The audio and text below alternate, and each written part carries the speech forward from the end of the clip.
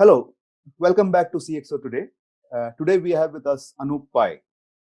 Anup began his journey with a degree in mechanical engineering and worked with the ANZ Bank on their digitization. So he understands digitization from grassroots.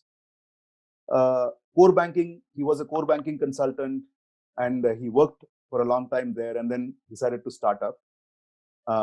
He started up with a solution that helps banks take advantage of their enterprise data and the central bank to have access to the banks around it. So 4 years back he got acquired, and I think once you get acquired, then the next step is you start thinking, okay, what can I do to society? Let me give back to society. I think that is where Anup is today. So for more details, let me ask Anup to step in. Anup, welcome to the show. Thanks, Raj. Brilliant to be here. Thanks. Okay, thank you very much. Give us an idea of what made you get into this entrepreneurship again. I know it's been a short time. Just quickly run us through what you're doing right now. So around 2016, when we were in the process of exiting the company through a strategic sale, my partner and me in the business, Vivek Subramaniam and me, we were classmates from college as well. So I at that time had an 8-year-old daughter, and he had a 10-year-old daughter at that time, and we were thinking about broad sweeps of how things would be for our respective daughters when they were, let's say, 30s or our age even. Mm-hmm. So the conversation, and we had a lot of time on our hands at that time, I guess. It created a little bit of provoked a thought and maybe an action as well in both of us. In creating this future, which was a little bit more egalitarian, if you will, a little bit more sustained. So essentially, how can that be achieved given the current trends we are seeing is towards destruction of climate and all of these different things which we can see as doom and gloom kind of scenarios. Yeah. We both created this sort of a view that it is within us, the humans that are inhabiting this planet today, and especially people in our age group. We need to drive a different aspiration. I mean, it is not just about acquiring wealth and material objects of various kinds, but it is essentially creating this larger ecosystem, if you will. And we decided that entrepreneurship is the way towards that. I mean, it is each individual person taking that particular decision to be able to slow down, get in touch with the real aspects of happiness and so on. I mean, which we had kind of, given that we were close to an exit, we were seeing some money as well. So, yeah. So I guess that kicked off activities both on my end and his end. He currently runs a health and wellness kind of startup called Alt Life Labs, where his thesis is that the human body has got everything that it needs to be able to cure itself. Yeah. And he's doing great work on that side. I took an approach of the other side. I mean, the outside human body kind of thing, because and there I came upon the theme of entrepreneurship and small entrepreneurship. I mean, it's not about everybody building billion-dollar companies. Yes, that can also happen with the right innovative ideas. So my investment thesis was around enabling technologies that can decentralize the world. Yeah, and that led me to interacting with many companies through the journey. And at some point in March of this year, I found myself at home, as did many people, everybody more or less.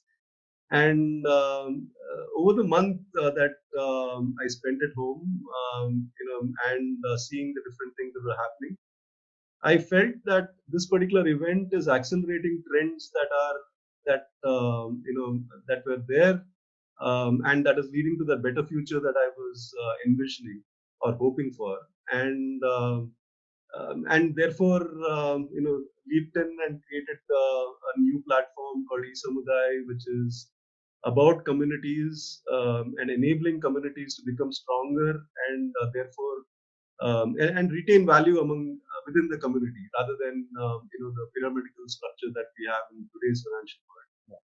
I believe all the things that I've done led to the point of taking that decision, including working in banking. And yeah, that's where it is. It's not just a pure, you know, uh, sort of social impact or want to do good for society kind of thing. I think this is a great business decision as well. I feel there is money to be made by making other people rich, and that I think is the reason why I'm a businessman eventually. I mean, I also want to benefit out of the work that I do. So that led to the creation of e-Samudaay, and that's where I am today. Thanks. Terrific. So, I mean, in a way, when I look at it, it is so. When you said banking is what, I mean, you had the banking skills also. So, if you remember, microfinance was probably the first area where, how would I call it? I mean, democratization of funds, money actually started happening. Yeah. You seem to be following something similar. I mean, in a different area. Okay, money is there, but then e-Samudaay, which I'm assuming is everything to do with the internet. Yes, right? I mean, the internet is now a binding fabric over the entire planet, and that I think is my effort is to remove the pyramids that currently block access and create walled gardens and so on, to make it a little bit more. So I call it pyramid to circle. I mean, e-Samudaay is about creating infinite number of circles. Each one of it is vibrant and creating value for people within the circle. And so that's the broad theme. And finance obviously is a big part of every circle. I mean, we will get to a point where finance could also be democratized at scale. Yeah. So what's keeping you busy right now? I mean, I heard that you're planning a launch, or you have launched. You want to share something about that? Yeah, so the last 2-3 months was about building the technology and finding a pilot, if you will. So, and for me, that was going back to the roots. I grew up in Udupi, and there is a family shop in the temple square of Udupi that we started working with initially, and it was mostly about serving their full-time customers. And as you know, most temple shops or most shops this shop is 120-year-old, has got embedded finance within commerce. I mean, it's very, very tight long-term relationships that they have with their customers. So we worked on digitizing that particular shop, and soon there were other shops that came, and that is happening in Udupi. Over the last week, we've gotten permission from the mutts of Udupi to be able to get the pictures from the Sanctum Sanctorum into the phones of senior citizens who can't visit the temple right now, and that was part of their weekly routine, if not daily routine, for many people. So we are working on a solution to be able to do that while making sure that the money that is generated goes to the temple and the charities the temple supports. And then we are also working with people in Udupi to be able to create a community around this platform. This is not a large venture capital funded company that is going to conquer Udupi. This is more about creating that a platform that Udupi and Manipal and surrounding areas could create communities around. So that's one part. The other part is of the broader idea, because I was lucky that I had a bunch of people that trusted me in Udupi, and my friends and everybody. But similarly, I think there can be other people in other parts of India that can create value around communities, and that's something that reaching a hand out to these people through a program that we're calling Digital Swaraj. This actually is a term that was coined not by me, but by a guy called Kishore Jagirdar, who's the founder of Vision Karnataka Foundation. In a conversation with him, he brought up a term, a book written by Mahatma Gandhi at the time when he was traveling back to India, and he wrote about Hind Swaraj.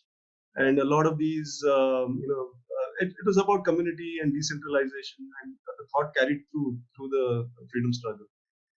So yeah, contextualizing it in our age today, it's about the ability for small local businesses to become self-reliant and become vibrant without the dependence on digital platforms that could take a percentage of their earnings, if you will.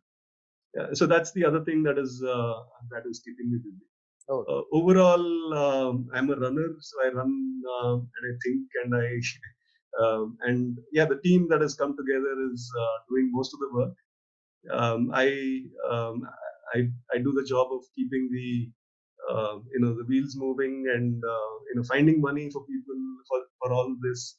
I think that's also a full-time job in itself. Oh yes, finding money is probably the biggest one. I mean, if you can get that sorted, yeah, definitely. So now I was just thinking, I mean, the way you mentioned, so digital Swaraj, for example, it could actually cut across segments of society, right? I mean, it's not, it's definitely not for the somebody who's at a certain economic or financial or educational threshold. It could sort of move up and down, right? Back and forth.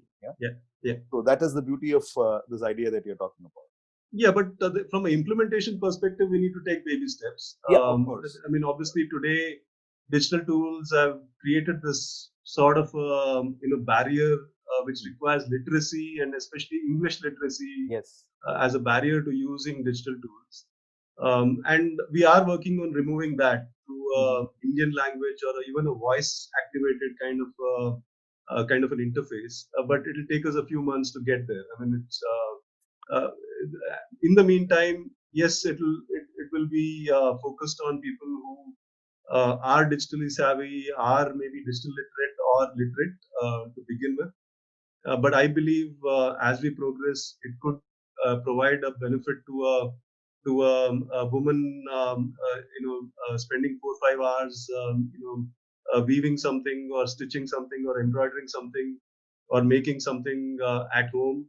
It could benefit a blue collar worker as well, somebody who's a great plumber, but doesn't is not really literate to the sense that you and I find ourselves having the privilege of being. So yeah, that's the overall broad thought. But it'll take us a few months to be able to implement some of this and make it universal, if you will. But yeah, if we drive towards it day in day out, I'm sure we'll get there faster than. You also need to figure out. I mean, you also need to remember that India is a land of jugaad, right? Yeah. I mean, so people are. I mean, I don't know whether you are aware of this. In Mumbai, you have cab drivers who have formed their WhatsApp groups. Yeah. You know that, right? So one guy takes you from the Santa Cruz to somewhere else. Yeah. So in conversation, he'll ask you, when are you returning? Are you from Mumbai? Yeah. No, I'm returning. Which day? I'm going to Bangalore. Which day? This day. Shall I get you picked up?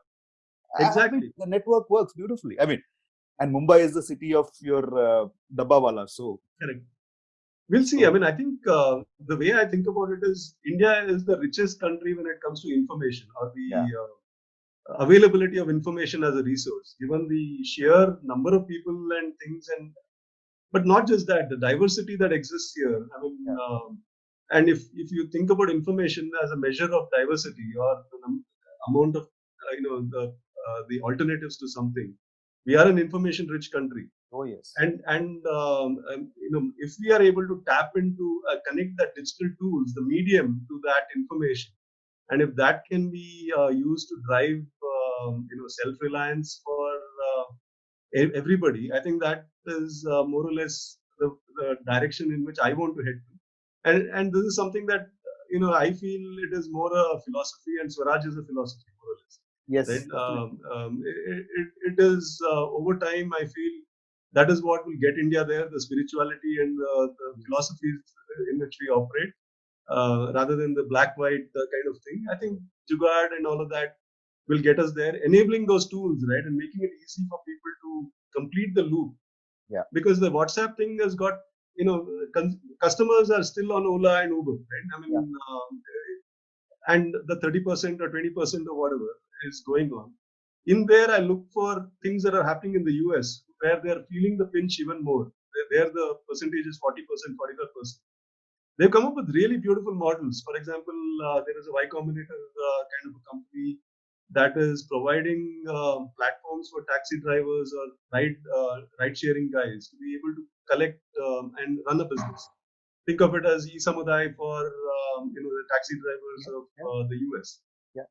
And so I won't want to go and build that platform. I want to partner with them and bring them to India and adapt that technology to India. And I think that's the way to think about it. In the past, if I was a VC funded company, I would have said, okay, now I can't be sharing IP. I need to be able to create moats and all of that, which maybe I will end up doing at some point. I mean, I don't know. But as of now, I think this seems like the right way to approach it. And I hope it will be the way to approach it every day from here on. Yeah. Okay, that's great, because I think this is an idea which is germinated, and I think there is, I can picture myself looking at a huge banyan tree. I mean, this is just a germ of a thought maybe now, but the way the sort of impact that it could have in society going forward is just amazing. I mean, congrats to you for coming up with this. At least for starters, I think I should say that. I'm overwhelmed. We have to thank the lockdown for this. I guess so. That's the beauty of it, right? I mean, when things are locked down, like you used the word slowing down. Yeah. So it's only when you slow down that you actually start becoming aware of your thoughts also. Otherwise, it's just one thought chasing the other, right? Exactly. Yeah. So I'm also in the counseling neuro-linguistic programming business. So we keep talking about slowing down. Yeah. Unless you slow down, you can't hear yourself. Yeah. I think this was God sent in a way. 6 months of sitting idle. No, so and from a broader perspective, I think there's a lot to be done. I mean, look, I mean, like I said, the money has to be found and work has to be done. People have to find it and find it useful.